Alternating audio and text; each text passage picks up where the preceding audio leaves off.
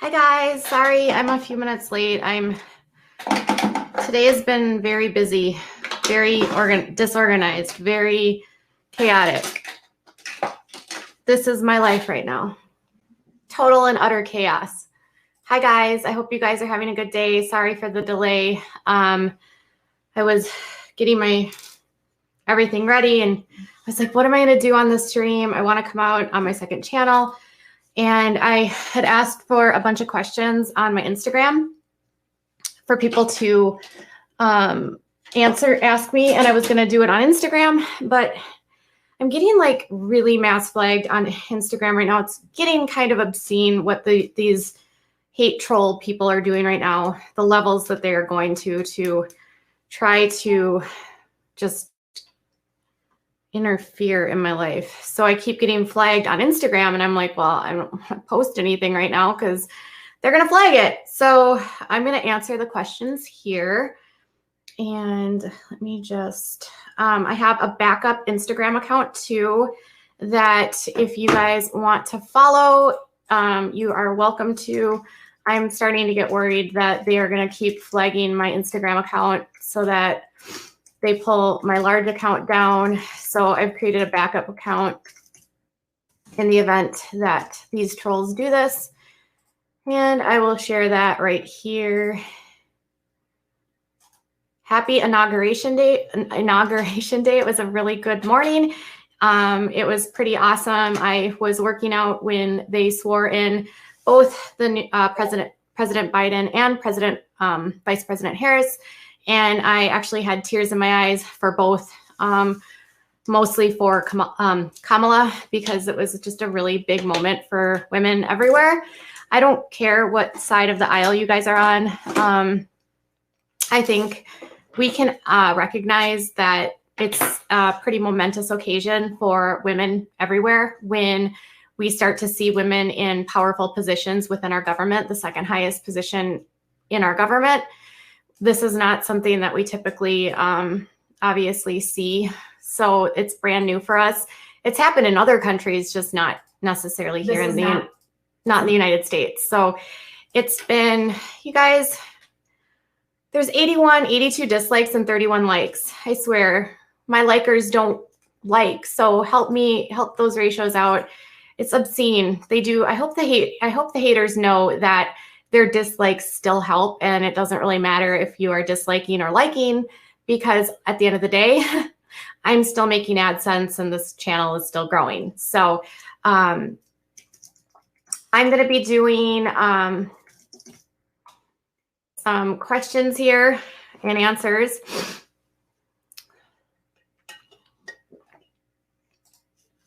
And I'm just going to get this out to my members real quick before we get into this. And I do apologize. It's really, really cold here. And so I might have to turn my camera off a couple times and potentially blow my nose. It's like 0 degrees here and my nose has been kind of running all day. All right. So before we do that, I'm going to do that right now, and I'm going to go grab a tissue. I will be right back and we'll get started.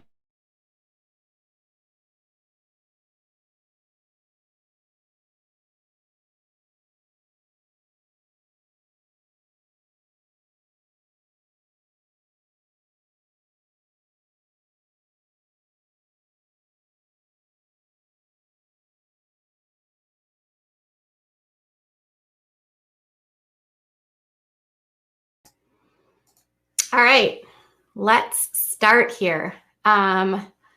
Let's get going and let's answer those questions. So keep on pressing those like buttons. I'm going to flip the ratios off just for now so that you guys don't get distracted by it. All right, so let's get started here. Okay.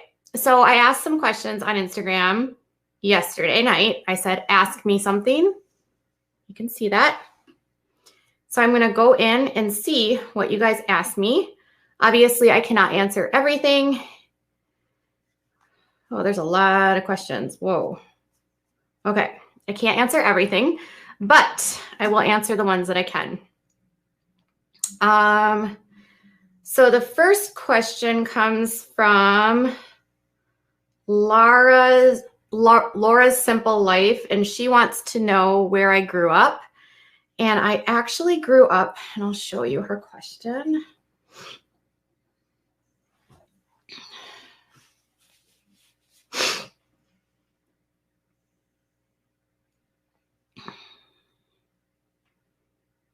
So there's her question. Where did you grow up? So I grew up in Minneapolis, right outside of Minneapolis in a town called St. Anthony. If you watch the national news, you may recognize St. Anthony from a very controversial case that involved the pulling over of a man named Philando Castile and his subsequent shooting by an officer from Minnesota that was unwarranted, and unfortunately that officer was never held accountable. But I grew up in St. Anthony. That was where those officers were from. Philando's MU Red Rum was actually not in St. Anthony. It was in a town called Falcon Heights, but Falcon Heights and St. Anthony shared. Falcon Heights uses St. Anthony Police Department for their policing. It's a really small town, not far from St. Anthony. So that's kind of where I grew up. It's a small town. It's 1.6 square miles. It has 7,000 people in it, maybe. And I went to a high school that had 99 kids in my graduating class, I think. And yeah, just your average kind of, it's right next to, so I grew up like 3-4 blocks from Northeast Minneapolis. Northeast Minneapolis is right outside of, thank you, Stephanie, for your super chat. I appreciate that. So it's right outside of Northeast Minneapolis. Northeast Minneapolis, when I was growing up, was well known for being kind of a highly Catholic area with a lot of immigrants from Poland and the Ukraine, along with German immigrants. And now it has become very diverse. It's amazing. Northeast Minneapolis has a super interesting vibe. It's where my husband grew up, and my father-in-law still lives in Northeast Minneapolis. And my uncle, who passed away recently, lived there. My aunt still lives there. And yeah, Northeast Minneapolis has it's a part of Minneapolis that has little bars on the corner of a street. So you'll just be walking down the street, and then it'll be in the neighborhood and there'll be a bar. It's really funny.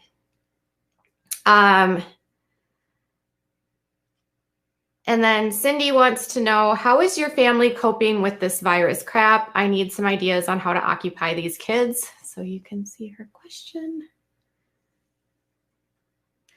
And so we are obviously doing the best we can. We have been spending a lot of our time at home. We go out very rarely. In fact, I actually left the house for the first time last week in a couple weeks. I have to go run some errands tonight, so I'll be leaving tonight again. But my husband and I kind of take turns in our, delegating what we do out there. We live in an area that's pretty conservative. And so unfortunately, a lot of people around us haven't really been taking things very seriously. So we kind of just keep to ourselves. We haven't interacted a lot with any of our neighbors. We kind of wave at them and say hello. We've seen my parents a couple times since March. We have not seen my husband's father in a long time. Actually, it's my father-in-law's 84th birthday today. So happy birthday. We love you, Art. Thank you for being here. I wish we could be there for you, honey. We are hoping that you are staying healthy and well, and we love you so much. So happy birthday to Art. And yeah, and Vaughn is in school, so he does his online school every day. And, you know, we get him a lot of coloring books. We do a lot of,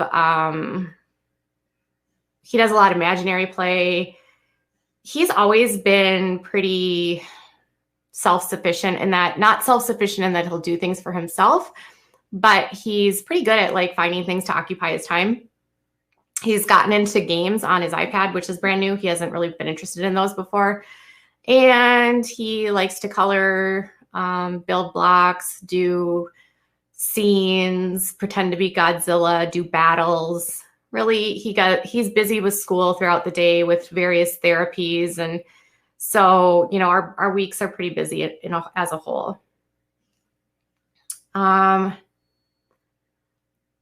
What are your thoughts on Janice Duggar still at home at 30 years old? So Jana actually just turned 31, and I don't like it. But again, like, I'm not a fan of any father making a woman that's an adult feel like she can't leave her home because of their belief that she is effectively their property until she is married. It's an antiquated and outdated belief. It reduces her to mere property or collateral that he can sort of sell to the highest bidder in a way. Not saying that it's arranged or that it's like a dowry, but it just reminds me so much of, you know, before women had rights, before women had the ability to live outside of their home, before women had the ability to vote.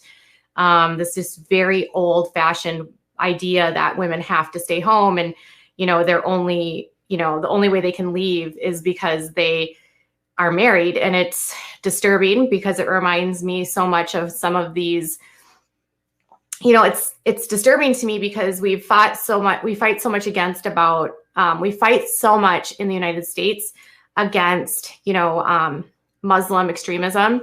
And a lot of the countries that we have been at war in treat women much like this. So women that are not married cannot live outside of the home, cannot talk to men that they're not, they cannot talk to like single men. They have to be chaperoned.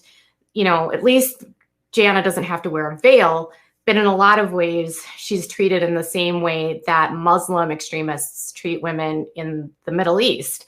And that aspect of it is disturbing to me. So we are so against the extremism when it is involving the Muslim faith, but we do sort of turn the other cheek when it comes to the Christian faith. And I think extremism in any capacity is extremely unhealthy. It's disturbing. It's abusive. And I wish that Jana knew that she could move out. And I wish that she understood that she didn't have to stay there and that she was worth more than, you know, getting married and being a wife. Thank you for your super chat, Kristen. Happy Inauguration Day to you.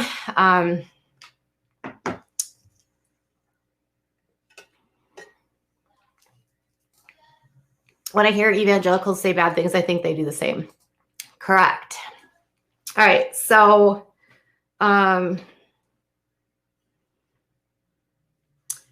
what is your dream vacation? No restrictions at all. Specific places you'd love to visit, adventures, etc. So this comes from a woman named Rachel. I don't really know. Like, my husband and I love Mexico, and we used to go to Cozumel a lot. Thank you for becoming a member, Denise. And I'd love to go back to Mexico. I'd love to go back to Cozumel. I would love to go to Australia. That's always been like this on my bucket list. I would like to go back to Spain. I would also like to visit, you know, Thailand, Japan. There's a lot of places that I'd like to go. Whether I will go is very unknown. We don't travel very much because of my son's health. So traveling is really not like something that we've ever, since he's been born, it's not something that we do very frequently. So I don't necessarily think in the context of traveling like my dream vacation. And I have to be completely honest, the older I get, the less I like to travel. I'm like such a homebody, and traveling is so exhausting to me. But if I could travel, I think I would love to go to, I don't know, Australia.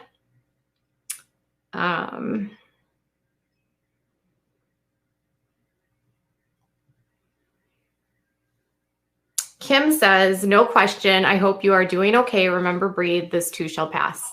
Thank you so much, Kim. I appreciate that so much. And let's see. Would you consider doing a video based on the mother and baby homes in Ireland? I don't know. I don't know anything about mother and daughter baby homes in Ireland, so I can't answer that. What developing nation would you visit if given the opportunity, and why? I would really like to go to Central America. Although right now it's probably not very safe with all the cartels, but I'd love to go to like Costa Rica, Guatemala, Ecuador. I'd love to go to parts of South America like Venezuela, and there's so many places in Latin America that I would love to go that are developing. Yeah. I've never really had this like interest in like going to like India or anything like that. Or I would maybe like, I don't know. Yeah, for sure in Latin America somewhere. How am I today? Says Azuz. I'm doing pretty good. Why do I continue what I do with all the negativity? Can you see that? Well, part of growing your network and growing your platform means that more and more people are going to know who you are. And when you get a larger platform, there's going to be people that like you and the people that hate you. There's going to be people that don't know who you are, people that make assumptions based on what they see about you or what they hear about you. And like, I feel like if you spent your life worrying about what everyone else thought about you, you would literally never get up in the day. You would never do what you wanted to do. Imagine yourself being paralyzed in any aspect of your life. Would you stop going to work because you felt negative or you felt like one of your coworkers didn't like you? I think all people that have public platforms deal with the hate. I think right now it's just amplified for me because there's a lot of eyes on me. And unfortunately, a lot of those eyes are getting a lot of misinformation, and there's a lot of trolls involved in spreading misinformation about me. And all I can do is just continue to be who I am and do the best that I can. I know that people are going to say that I'm a liar, but I'm not. I know people are going to say that I'm a terrible mother. I know I'm not. So I always just think of it in this context. Like, it doesn't really matter to me what people on the internet think. If it did, I honestly would have stopped doing this years ago. This is not anything new for me. I have been in the blogging world since 2012. So I'm not actually, Rebecca, I'm not actually answering questions right now from the chat. I'll get to those in a little while. Right now I'm doing straight from Instagram. So just so you know, because I see people asking questions. So I just think of it like, you know, and I'm not trying to put myself to the level of anyone else, but I try to like think about, for instance, like think of someone like Michelle Obama. Michelle Obama is the former first lady. She was the first African-American lady, first lady. And she was also, you know, in a very high position. And because of the nature of our government and the world, she faced a lot of discrimination and a lot of really nasty things that were said about her. And I just think about how she handled that with grace and with dignity. And it didn't really matter if people said terrible things about her. She just kind of refused to go there. And sometimes she would want to respond and she would not respond. And so I'm just trying to get better at picking and choosing what I respond to. It can be extremely hard because right now I feel like every day there are people trying to interfere in my happiness. But for the most part, I'm getting better. I'm not reading comments as much. I'm definitely not responding to DMs anymore. And I'm just trying to find a better balance and know that just because there's loud voices on the internet that are saying things about me doesn't mean that everyone hates me. And they always say in this world that as long as people are talking about you, it's like not bad. They always say that people won't talk about you if you're not relevant. So if people are finding a reason to talk about you, you have some form of relevance to that person. And so in that context, I just think of it like that. And then I also think of it that a lot of these people that say these things about me, you know, they end up kind of showing who they are by proving that their behavior is worse than what they ever accuse me of, as well as knowing that any creator that's doing it will eventually get their turn because that's just what happens. And so if you're, you know, participating in it, eventually, if you grow an audience, it'll happen to you. And it happens to every YouTuber. And I have just needed to deal with the growth of this channel, which has been fast. And I know people are like, your channel has been losing subscribers. In the past 2 weeks, it's been pretty intentional on my part, just because I've been speaking a little bit more about political things that are important to me. Because part of the thing that I feel like was lost on my channel before was I lost a little bit of my identity because I was catering so much to the haters, and a lot of my haters are oddly very conservative. And so I am not a conservative person. I've never been a conservative person. And so trying to cater to a conservative audience when I'm not conservative, you kind of lose who you are, and I'm not going to not be who I am. So I'm not going to give up what's important to me and speak out about what's important to me because it might make someone who's following me upset. I can't spend my time and energy worrying about that. It's more important to me that I can share what's, you know, matters to me. That's always how I've used this platform. Stephanie says, excited for the inauguration and your support of it. So sending another. Thank you. The haters are clearly not happy with their own lives, so they feel a need to try and drag down others to make themselves feel better. I actually really admire her strength. When others would run away, she doesn't get credit for that, and it's quite rare. Well, I don't really think that you can't. I don't really think you should run away. I grew up in a time by my parents where they told me that you don't run away, you don't let bullies win. And so just because someone is saying mean things to you doesn't mean that you give them what they want, right? They might try to get what you want. They might try to get your attention. And I'm going to just go back to what my mom taught me, and that is to not react as much to it, not give them what they want. They want me to react. They want me to be angry. They want me to be upset. And I'm going to just get back to being me. Okay.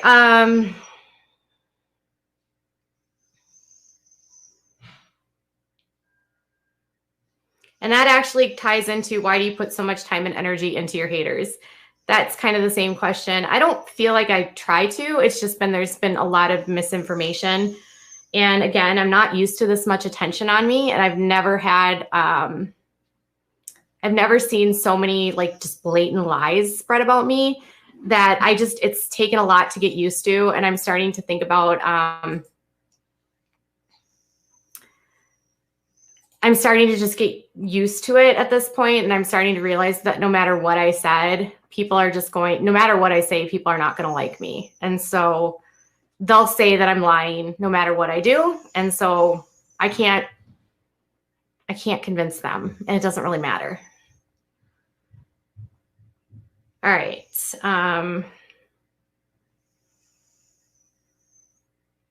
There's a video of Trisha making fun of a boy with autism. How do you react to her now? I feel like people try to do this to me all the time with her. I feel like people spend a lot of time trying to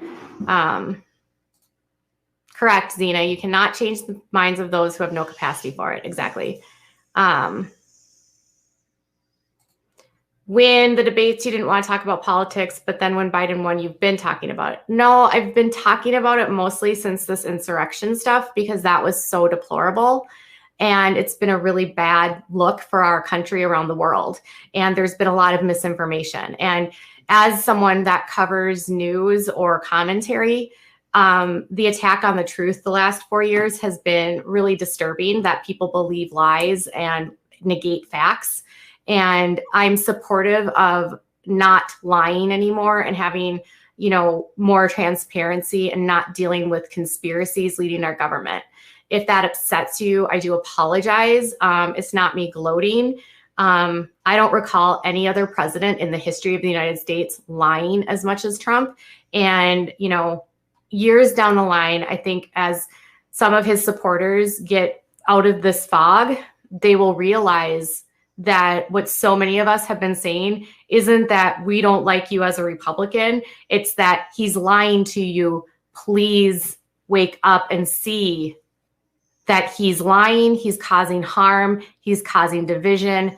And I don't want division. I don't want to hate you. I don't want you to hate me. I don't want your pundits to be calling me a radical leftist because I want the truth, right? I'm not a radical leftist because I want people to be truthful, right? I just don't want to be lied to like 100 times a day, like Trump.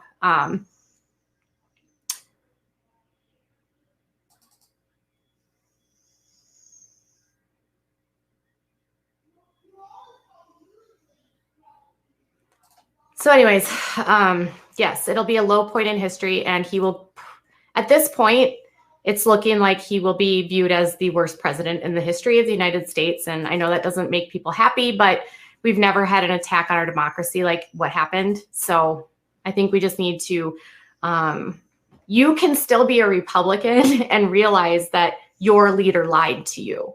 That's okay. Like, it's okay for you to be a Republican and still understand it's not your fault that he basically, you know, hijacked your party to become a dictator.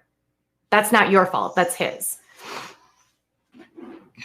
I was actually a critic a few weeks ago. Then I realized that I was following the herd and started to think for myself. I connected to you because your son is autistic and I follow lies. So sorry.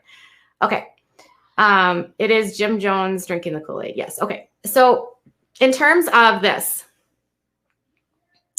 people are always trying to get me to respond to things that Trisha says or does. It is not my job to agree with everything that a person says or does. It is not my job to say that I dislike someone based on one thing. It's not my job to say that I like someone on one thing. I feel like people are constantly trying to tell me that I can't like someone, and that because she says things that are, you know, wrong or they don't like them, I'm not going to also comment on something that I have not seen. But I don't like being told by anyone that I can't like someone. And I think it's weird that creators try to tell their audiences not to like people. And I think it's weird that audience members try to tell me who I can and cannot like.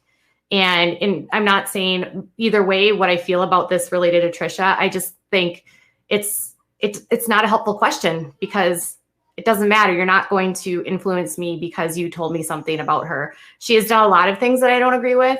And then she does things that I think are funny. So, you know, it's life.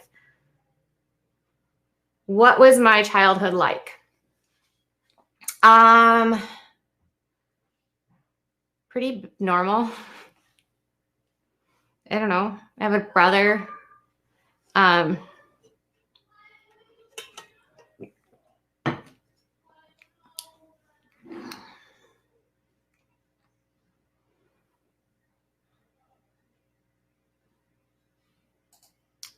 I doubt it, Jen. I get these questions about Trisha constantly. They dig things up constantly about her. Yes, you always take things completely different than I do, but I only know this because I get these same questions about her constantly. People don't want me to like her. And so I just choose to, like, I don't know what it is, and I haven't seen it. And if it's true, then I'll comment on it, but not today. Okay. My childhood is pretty normal. I have a brother who's 4 years older than me. I was in sports. I played tennis and softball and basketball until 9th grade. And I played softball through 10th grade. And I played tennis through my senior year of high school.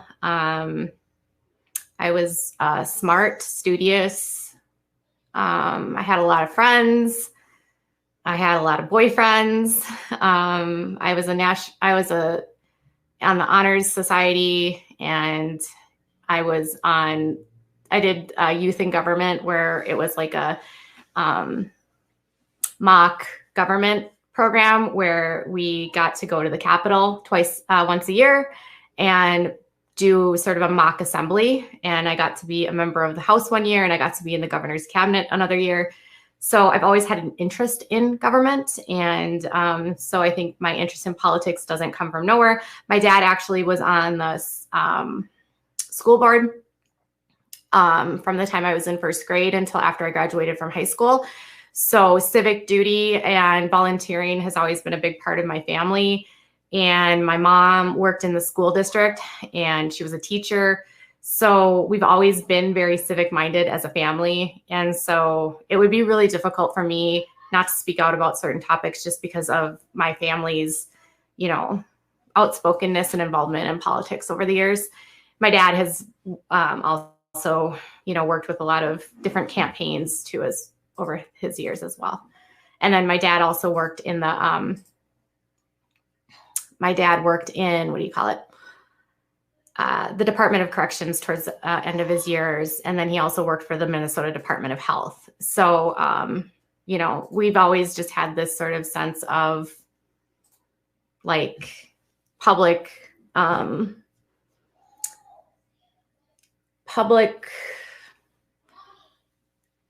government, right? Working for the government. Okay. What is your favorite show, top 3? Parks and Recreation, Gilmore Girls, and probably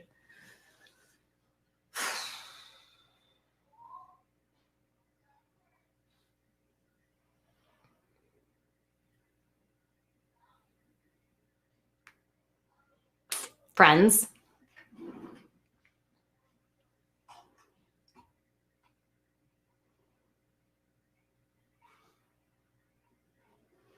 And then how did you explain the lockdown to your son?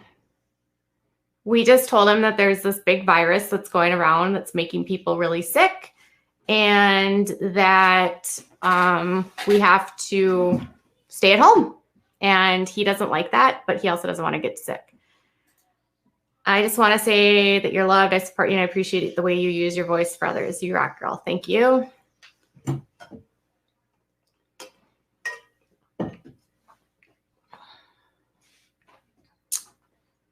All right. And he doesn't like it. He says the virus is taking forever. What made me smile today? My dog and my son and my husband. What's your dog's name? It's cute. That one right there is Frida. And this one right there, that is, excuse me, that's Sweetie. Sweetie and Frida.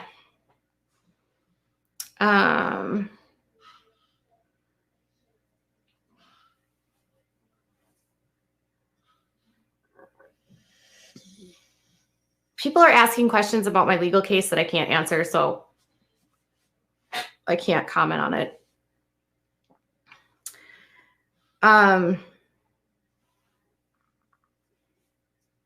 This 2 people asked the same question about, I can't comment on it, so I'm not going to answer. Where do you see yourself in 5 years? I don't know. What's your favorite memory of you and your hubby before marriage?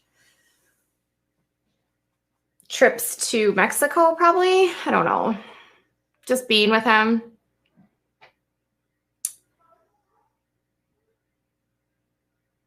Would you ever do a live with one of your haters to get things out and to try to communicate? No, it doesn't work. They don't care and they don't want to communicate. They want to hate me. So no, I'm not going to give them a platform.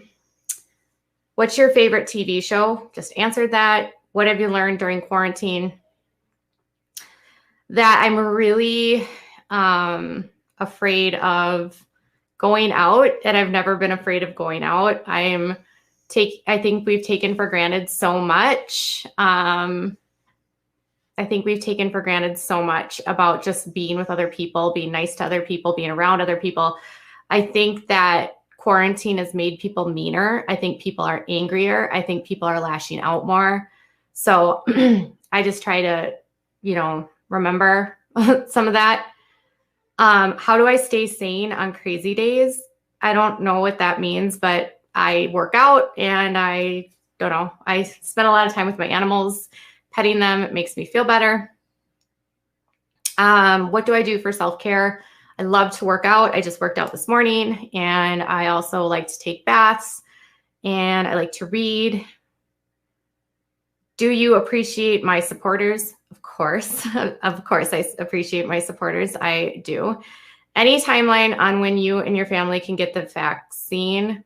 No, we have no idea because the vaccine has not been approved for children yet. And my husband and I are not in any of the categories that would get the vaccine first.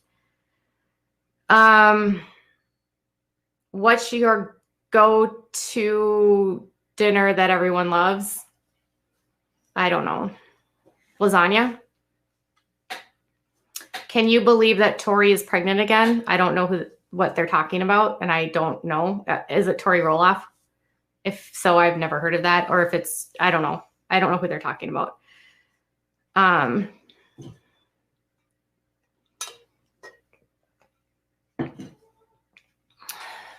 Thanks for joining, Natalie.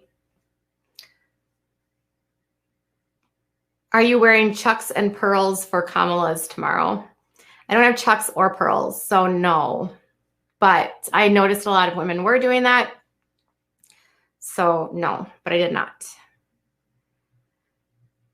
Are you going to have a glass of champagne tomorrow for Kamala's inauguration? Probably not. I don't drink champagne. It gives me a headache.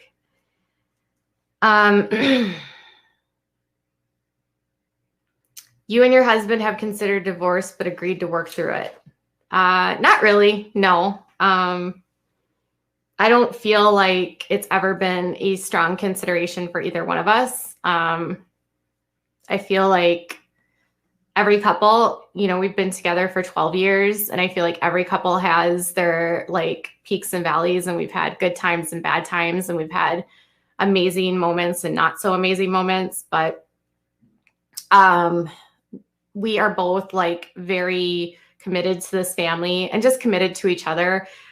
I can't imagine leaving him. I feel like we're always communicating about, where we're at in our lives and what's going on. And, stress can bring out a lot of things, but it never brings out that I'm going to leave you. Why don't you believe in God? I don't really want to answer that. It would take too long.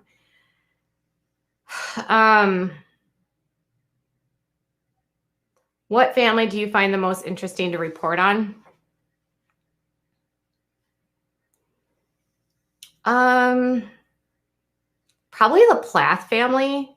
I wish there was a larger audience because I think there's a lot more there than the Duggars in terms of I feel like they're a little bit more transparent in the fact that they have a lot of dysfunction, whereas the Duggars hide all of their dysfunction. So I find the Plaths to be utterly fascinating. Have the Duggar royal family members updated anything on social media? Not that I've seen. Have the Duggar or anything new with Nuri and Nathan? Not that I've seen. How many kids do you have, and how many would you like? We have one and we're done.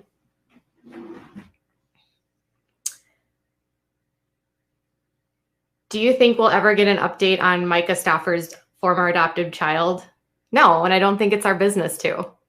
This is a question I think that's really bizarre, is that since everything that happened with Micah, people want to know what happened to the little boy. And it's literally none of our business. He's a minor child. He was adopted by another family. He is not in the public anymore.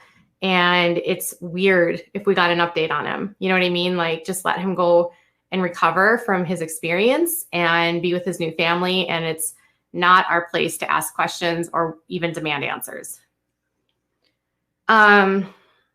Go to coffee or tea order when you go somewhere. I drink coffee black. That's it. When will you just stop? Take a break, Katie. You're hurting your case. I'm actually not hurting anything, and I'm not going to stop working. And I legally can work.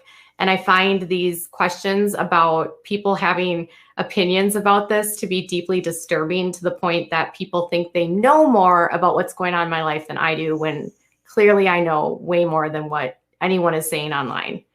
If you could film a video with anyone, who would it be? I don't know. I don't really feel like answering that, because I feel like if I say something, I'll just like piss people off, or I don't really know. But yeah,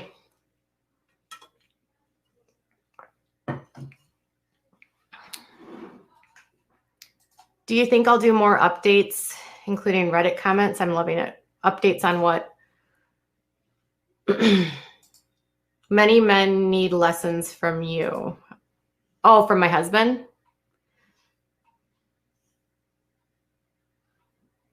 Yeah, my husband, I mean, we have our ups and downs, but we love each other. And I think that's what matters. He's my best friend. We get frustrated. Like, something dumb that we fought about recently was that we have this medicine that we give to our son, and it doesn't dissolve right.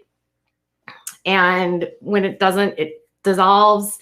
We have to give all of my son's medicines through his feeding tube, and this specific medicine doesn't dissolve correctly. It gets chalky, cakey, and it ends up clogging his feeding tube.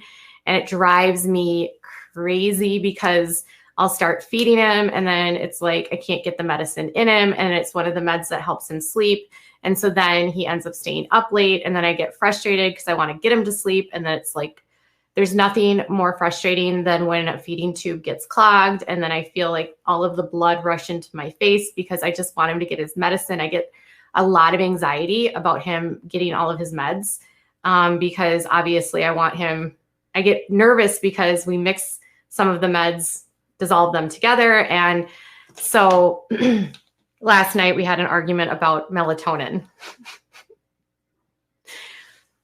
So yeah, that's like,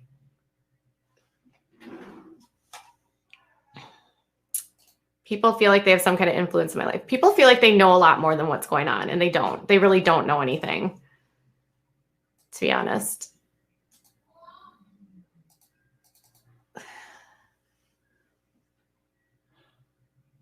Hold on one second.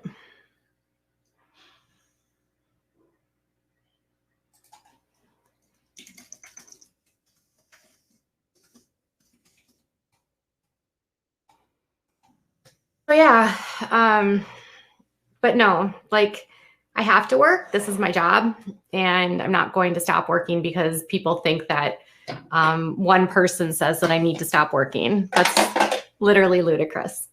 And it's also not accurate. So yeah.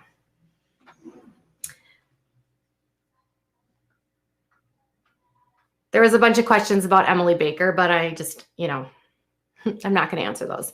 And then, some new questions here.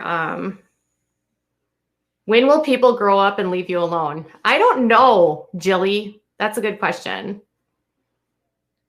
What would you do if you didn't do this? I don't know. What other YouTubers have had the most influence on you?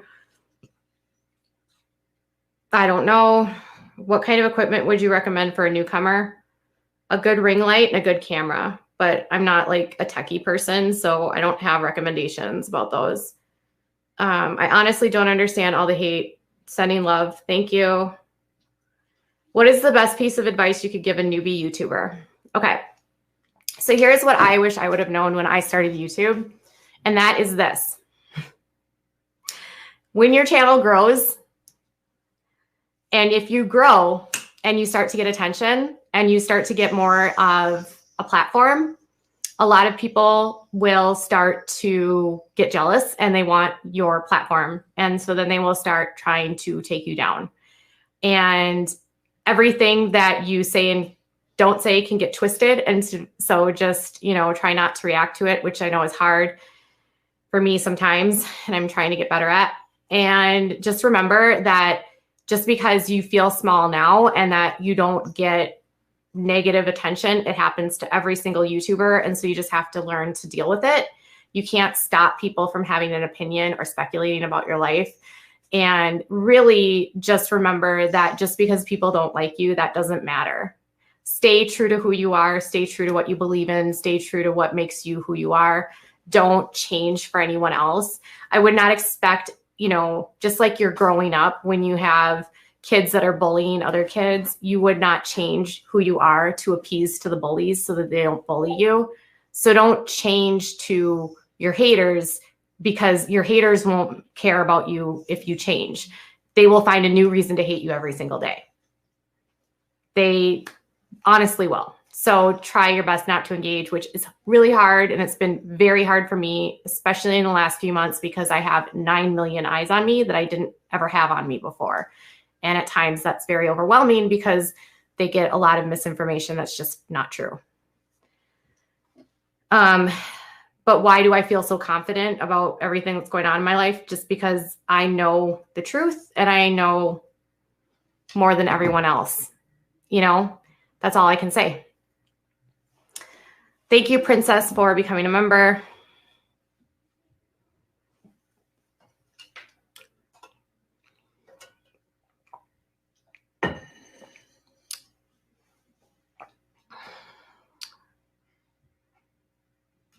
So yeah.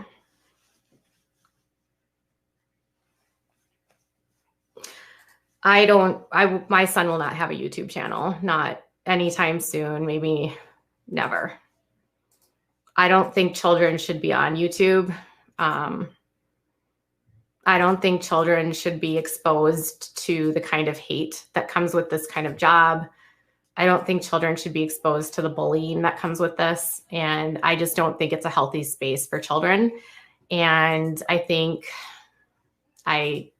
there's rules on the platform. So I'm not going to give any advice on that. Never mold your clay to fit someone else's pot. Exactly.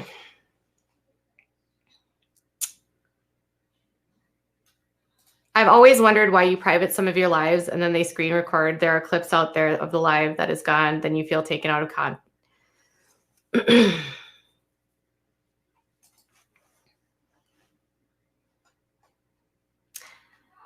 I private what I want to private, and that's my choice. And it doesn't matter if they take it out of context. They'll find anything to say about anything. So I private a lot of stuff just to keep my channel clean and to private what I want to private. It's really nobody's business. And I would love people to actually ask me questions that are positive. Get so overwhelmed and annoyed by the overwhelming negativity in the questions. Sometimes it can be very daunting. People assume that I've privated something because it's I'm doing something wrong, or I'm hiding things, or I'm not. Everything is privated. If it's privated, it's privated. I mean, you as a creator have the choice to private anything you want to private. You can make public what you want to make public. You can block who you want to block, and it's your choice. And you don't have to tell anyone why you do what you do. A lot of times it's because I want to keep the channel clean.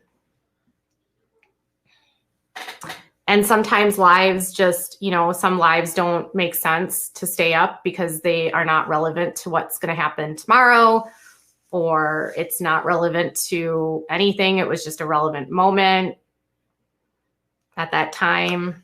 There's a lot of creators that private content. Maybe ask those people too.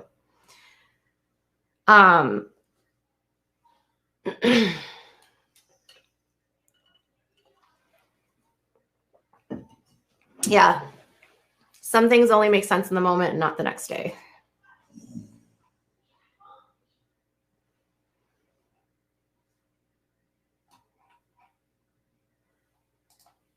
Do you have any deep dives planned in the future? I don't know, actually.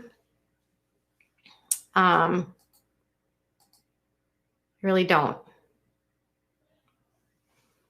Eventually I'll find a topic. You know what I mean? I'll get there.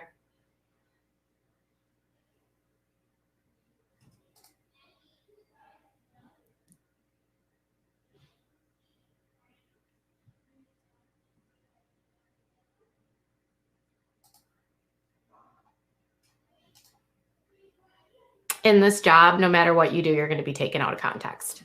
Whether it's privated or not privated, it doesn't matter. You could be taken out of context for a tweet that's still public. People could take that out of context. You can't make decisions on being taken out of context because people will take you out of context because they don't want to hear what they want to have to hear. They will take you out of context because they don't have reading comprehension skills. They will take you out of context because they imply tone, they imply nefarious actions, they imply negativity. People read things and see things through the lens in which they want to read and see things. So why would I spend my life worrying about what other people say about me and taking me out of context instead of just focusing on me? But you know what I mean?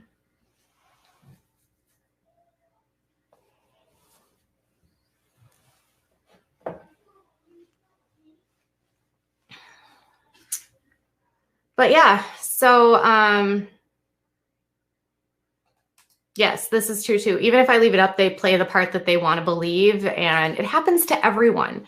I think about this all the time. I think about this constantly when it comes to people that have way bigger platforms than me. I think about people like Don Lemon and Anderson Cooper who have people take them out of context constantly. And it's like anyone can take anything out of context. You could say one thing, they can clip it together and they can string all of the words together to make it sound like you've said something. So you just have to be out there and know whether or not you've said something and whether you don't. And that's why if I say something, I own it. And if I don't, I own it. You know what I mean? I'll say I didn't say it. But I'm not going to actually like worry about any of that.